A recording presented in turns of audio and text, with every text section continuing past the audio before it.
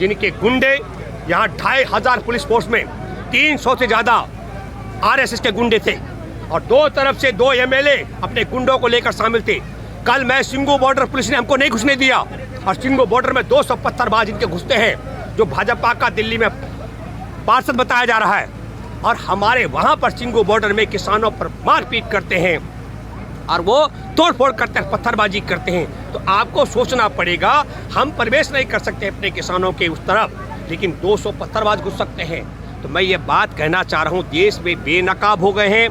दीप सिद्धू को योजनाबद्ध तरीके से लाल किले का जो दरवाजा हाथी नहीं खोल सकता है, वो भाजपा के जीजा दीप सिद्धू ने खोल दिया और ऊपर जाके निशान साहब का झंडा फहरा दिया। हमारे किसान आंदोलन को निशान साहब का झंडा फहराने तक सीमित करने का षड्यंत्र था, उसकी पोल खोल हो चुकी है। नमस्कार, मैं सुनील चौरसिया और आप देख रहे हैं अखिल भारत न्यूज। और पहले तो नमस्कार। हाँ नमस्कार सुनील जी। सर, जिस तरह से इस किसान आंदोलन को कुचलने के लिए पिछले 3 दिनों से जो साजिश चल रही थी, यहाँ पे पैरामिलिट्री फोर्सेस को तैनात कर दिया गया, किसानों के ऊपर दबाव बनाया गया, उनको बहुत ज़्यादा यहाँ पे बुजुर्ग लोगों को भी बोला गया कि आप यहाँ से चले जाएं, नहीं तो यहाँ पे कुछ भी हो सकता है। इसके बारे में क्या कहना कि सरकार ये क्यों ऐसा कर रही है? देखिए, जो सुनील जी आपने सवाल किया, आज आंदोलन के 66 दिन हो गए। इन 66 दिन के आंदोलन के दौरान मोदी और संघ परिवार की सरकार ने हमारे देश के किसान आंदोलन को कुचलने और बदनाम करने के अलावा और कोई काम किया ही नहीं है। डराने, बदनाम करने और ख़त्म कराने का षड्यंत्र किया है। ये कोई नई बात नहीं है। इससे पहले सुप्रीम कोर्ट में भी सवाल उठवाया गया, महिलाएं क्या कर रही हैं, वृद्ध लोग क्या कर रहे हैं। अरे महिला किसान होती है, वृद्ध लोग किसान नहीं होते। हमारे देश में कोई खेती किसानी करने वाले की सेवानिवृत्ति की आयु थोड़ी है। कई घर ऐसे हैं जहाँ 80 साल का वृद्ध भी खेती करता है और खेती सिर्फ वही नहीं होता कि वो हल जोत रहा हो। हमारे जो खेती किसानी के काम के तौर तरीके हैं, जो देख रेख कर रहा हो। अगर समझ लो कि बेटे बहू खेत में काम कर रहे हो और पोता पोती की देख रेख दादा दादी कर रहे हो, तो भी खेती किसानी है। अगर बच्चों का देख रेख नहीं करेंगे माता पिता, तो वो परिवार खेती कैसे करेगा? इसलिए हम ये कहते हैं कि मानव की समस्या के जीवन जीने के तमाम तौर तरीके, इनके जो काम होते हैं, वो सारे के सारे काम खेती किसानी से हैं। अब आप ये कहना चाहते हैं तो 26 जनवरी को जिस तरीके उस दिन हमारे नवनीत एक युवा 24 साल के युवा का शहादत हो गई, तो सब हम लोग गमी में थे, आप समझ लीजिएगा। सॉरी, 26 जनवरी को। और फिर 27 जनवरी को आपने देखा कि 24 जनवरी को जो शामिल हुए थे लोग, उनको वापस भिजवाना था, तो बड़ी संख्या में लोग वहाँ जा रहे थे वापस। और फिर आपने देखा कि उसी दिन जो लोग भाजपा के खिलौने बन चुके थे, वो भानु प्रताप सिंह, भारतीय किसान यूनियन भानु गुट के, और चाहे वो BM सिंह हो, ऐसे कुछ लोग थे जो हमारे तालाब में समझ लो इस आंदोलन से बाहर जा चुके थे। तो षड्यंत्र के तहत पहले आपको समझना पड़ेगा कि सिंगू बॉर्डर से जब हमारा काफिला निकला, तो आप 35 किलोमीटर का सफ़र तय करते हुए आपने देखा कि पहले बड़े बड़े ट्रक जो भरे हुए थे रोड़ी बदरपुर सीमेंट से, ताकि वो बोझ रास्ते में से हट ना सके, वहाँ रास्ता खुल जाता है। और आपको बताना चाहता हूँ, और आपके माध्यम से आपके दर्शकों को, लाल किले का दरवाजा हाथी भी नहीं खोल सकता। दीप सिद्धू जो नरेंद्र मोदी के साथ, जिसका फोटो अमित शाह के साथ गृह मंत्री, और जिसका फोटो हमारे देश की नायिका हेमा मालिनी जो सांसद है भाजपा की, नायक धर्मेंद्र जो सांसद रहे, और सन्नी देओल इनके बेटे के साथ का वीडियो वायरल, फोटो वायरल हो रहा है, उसके लिए, उस दीप सिद्धू के लिए दरवाजे खुल जाते हैं। वो हमारे किसान आंदोलन को लाल किले पर निशान साहब का झंडे में तब्दील करके ये सिद्ध करना चाहता है। आपने देखा जो संघ परिवार पहले कहता है ये गुमराह हो चुके हैं, फिर बोला ये पाकिस्तान प्रस्त है, फिर कहा चीन प्रस्त है, फिर तोता बोली कर लिए खालिस्तानी है। तो उनका ये कहने का था कि ये जो संघ परिवार की सरकार का षड्यंत्र क्या था कि वो ये कहना चाहती है पूरा किसान आंदोलन देश में उन सिखों का आंदोलन है जो लाल किले पर निशान साहब का झंडा फहराना चाहते हैं। मैं पूरी जिम्मेदारी के साथ में भारतीय किसान मजदूर संयुक्त यूनियन का राष्ट्रीय प्रवक्ता होने के नाते, इस पूरे आंदोलन का हिस्सा होने के नाते दावे से कह सकता हूँ, हमारे देश के सिख समुदाय का लाल किला पर निशान साहब का झंडा फहराने का कोई आंदोलन नहीं है। हमारे किसान आंदोलन का कोई ऐसा इरादा नहीं है। हमारा तो बड़ा साफ है, हमारे देश के खाद्यान्न, खेत और खलियान को राष्ट्रीय और बहुराष्ट्रीय कंपनियों के हवाले गिरवी रखने का जो काला कानून है वो वापस होनी चाहिए, और न्यूनतम समर्थन मूल्य न मिलने से पिछले 10 वर्ष में 45 लाख करोड़ का जो नुकसान हमारे किसानों को हो चुका है, ये नुकसान का सिलसिला बंद करने के लिए न्यूनतम समर्थन मूल्य का गारंटी का कानून बनना चाहिए। जिस तरीके से पंजाब के किसानों को, अगर मैं एक फसल का उदाहरण दे रहा हूँ, मक्का का 1850 रुपये का प्रति क्विंटल के हिसाब से दाम मिलता है, मेरे बिहार, उत्तर प्रदेश से लेकर पूरे देश के किसानों को फसलों, हर फसल का उनको न्यूनतम समर्थन मूल्य की गारंटी पर ये दाम मिलना चाहिए, ऐसा मांग किया जा रहा है। तो इसलिए इस पूरे क्रोनोलॉजी को आप समझिए।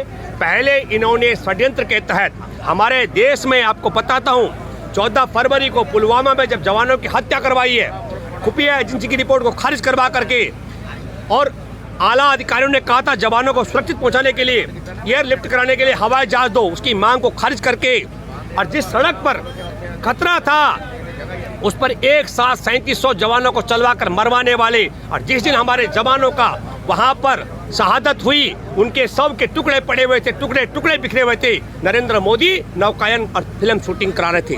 और फिर तय हुआ कि हम एयर स्ट्राइक करेंगे पाकिस्तान पर 26 फरवरी को, लेकिन एक पत्रकार अर्नब गोस्वामी को यह जानकारी पहले चली गई। जो जानकारी किसके पास थी? भारत के प्रधानमंत्री मोदी के पास थी, तब के गृह मंत्री राजनाथ सिंह के पास थी, तब के रक्षा मंत्री निर्मला सीतारमण के पास थी, तब के वायुसेना प्रमुख बीएस धनोआ के पास थी, और अजीत डोभाल के पास थी। इन 5 में से वो कौन देशद्रोही है जिसने एक पत्रकार को जानकारी दी?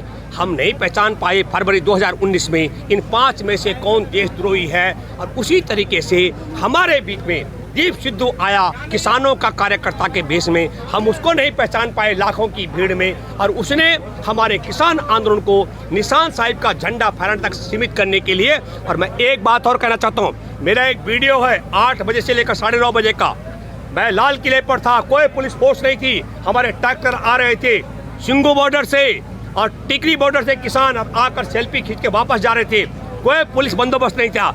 जब तक वहाँ पुलिस रही, जब तक हमारे किसान आंदोलन को निशान साहिब के झंडे में तब्दील करने का। और मैं एक बात जरा जानना चाहता हूँ, कहा जा रहा है खालिस्तान का झंडा है, प्रधानमंत्री नरेंद्र मोदी के माथे पर मैं आपको दिखा सकता हूँ निशान साहिब का पटका पहना हुआ है, तो ये पाकिस्तान, ये हिंदुस्तान का हो गया क्या? प्रधानमंत्री पहने माथे में पटका तो वो हिंदुस्तान का हो जाएगा मोदी, और हमारा कोई युवा के हाथ में झंडा हो निशान साहिब का, वो खालिस्तानी हो जाएगा। ये भेद भी देश के गोदी मीडिया को समझना चाहिए, और देश में जो संघ की दीक्षा, समझ लो, और ये व्हाट्सएप यूनिवर्सिटी की शिक्षा का प्रसार करते हैं, उन देश के गद्दारों को भी सीखना चाहिए। ये कैसे संभव हो सकता है? हम ये कहना चाह रहे हैं, निशान साहिब का हम सब लोग सम्मान करते हैं, लेकिन निशान साहिब का हमारे किसान आंदोलन से कोई सरोकार नहीं है। सिखों की कोई लड़ाई नहीं है, ये लड़ाई हमारे देश के किसानों की है, 14 करोड़ किसान परिवारों की है। और मैं आपके माध्यम से सुनील बताना चाहता हूँ, आपके उत्तर प्रदेश के अंदर क्या स्थिति हो रही है। मैंने एसडीएम मांगेराम चौहान से बात की, हमारे किसानों को रोका जा रहा है आने से। हमने प्रयास किया कि हम उनके डीएम उमेश वर्मा से मिश्रा से बात करें, उमेश वर्मा फोन नहीं उठा रहे।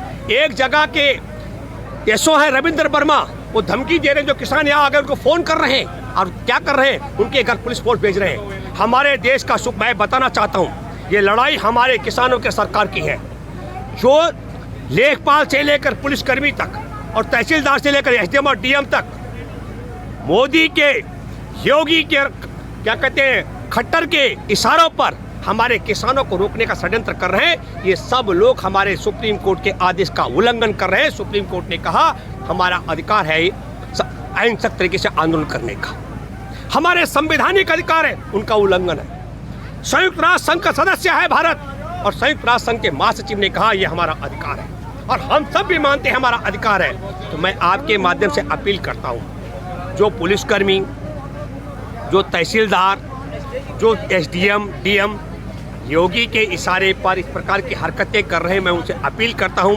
आप अपने संवैधानिक दायित्व का निर्वाह करें, आप इनके जाल में मत फंसे। ये वो लोग हैं जिनके गुंडे यहाँ 2500 पुलिस फोर्स में 300 से ज़्यादा आरएसएस के गुंडे थे, और 2 तरफ से 2 एमएलए अपने गुंडों को लेकर शामिल थे। कल मैं सिंगू बॉर्डर, पुलिस ने हमको नहीं घुसने दिया, और सिंगू बॉर्डर में 200 पत्थरबाज इनके घुसते हैं, जो भाजपा का दिल्ली में पार्षद बताया जा रहा है और हमारे वहाँ पर सिंगू बॉर्डर में किसानों पर मारपीट करते हैं और वो तोड़फोड़ करते हैं, पत्थरबाजी करते हैं। तो आपको सोचना पड़ेगा, हम प्रवेश नहीं कर सकते अपने किसानों के उस तरफ, लेकिन 200 पत्थरबाज घुस सकते हैं। तो मैं ये बात कहना चाह रहा हूँ, देश में बेनकाब हो गए हैं। दीप सिद्धू को योजनाबद्ध तरीके से लाल किले का जो दरवाजा हाथी नहीं खोल सकता है, वो भाजपा के जीजा दीप सिद्धू ने खोल दिया और ऊपर जाके निशान साहब का झंडा फहरा दिया। हमारे किसान आंदोलन को निशान साहब का झंडा फहराने तक सीमित करने का षड्यंत्र था, उसकी पोल खोल हो चुकी है। और दूसरी बात कहना चाहता हूँ, बार बार मैंने कहा, आगाह किया, हे मोदी, हमारा आंदोलन लाठी डंडा गोली जेल और तोप से डरने वाला नहीं है। तो राकेश टिकैत के आंसू देख के लाखों लोग दिल्ली आ गए। आप समझ लो, पहले बॉर्डर पर आ गए, इसलिए आए कि यह माना गया कि हमारे आंदोलन पर हमला हो रहा है। अरे मोदी, अगर सच में हमला करोगे तो क्या होगा? 14,445 रेल रोजाना फेरे लगाती हैं और बंद कर दी 200 कुछ रेल फेरे लगा रहे हैं। हमारे साथी हैं अखिल भारतीय रेलवे खान पान यूनियन के राष्ट्रीय अध्यक्ष रविंद्र गुप्ता जी से पूछिए, 15,90,000 हॉकर परिवार भुखमरी की कगार पर हैं। मैं फिर कहना चाहता हूँ, सच में मोदी, अगर तुम चाय वाले की औलाद हो तो हमारे 14,445 रेल फेरा लगाती है, ये फेरे लगवा दो, फिर मैं बताता हूँ कितने लाख लोग दिल्ली आते हैं। और दूसरा, जो पुलिसकर्मी से लेकर के एसडीएम और डीएम हमारे किसानों को धमका और डरा रहे हैं, मैं आप देशवासियों आपसे अपील करता हूँ, आप एक लिखित शिकायत जिला मुख्यालय में कीजिए डीएम के यहाँ और पुलिस अधीक्षक को, और ताकि हम आपके साथ संपर्क में रह सके और ऐसा अपराध करने के मामले में चाहे डीएम हो, एसडीएम हो, चाहे तहसीलदार हो, चाहे लेखपाल हो, चाहे पुलिसकर्मी हो, चाहे पुलिस अधीक्षक हो। डॉक्टर धर्मवीर हैं बिजनौर में, उन्होंने कहा हम यहाँ से ट्रैक्टर नहीं गुजरने देंगे, हम यहाँ से भैंसा बोगी नहीं गुजरने देंगे। और तुम्हारे बाप का देश है क्या? मैं ये बात इसलिए कहना चाह रहा हूँ, देश संविधान से चलता है, संघ के विधान से नहीं चलता। ये बात को मानो और सुप्रीम कोर्ट के आदेश कर हमारे संविधान का जो अधिकार हमको मिला हुआ है उसका उल्लंघन मत करो। योगी कुछ नहीं करेगा, तुमको कंटेम्प्ट ऑफ कोर्ट भुगतना पड़ेगा। यह बात मैं कहना चाहता हूँ। चलिए, बहुत बहुत शुक्रिया सर हमसे बात करने के लिए। धन्यवाद।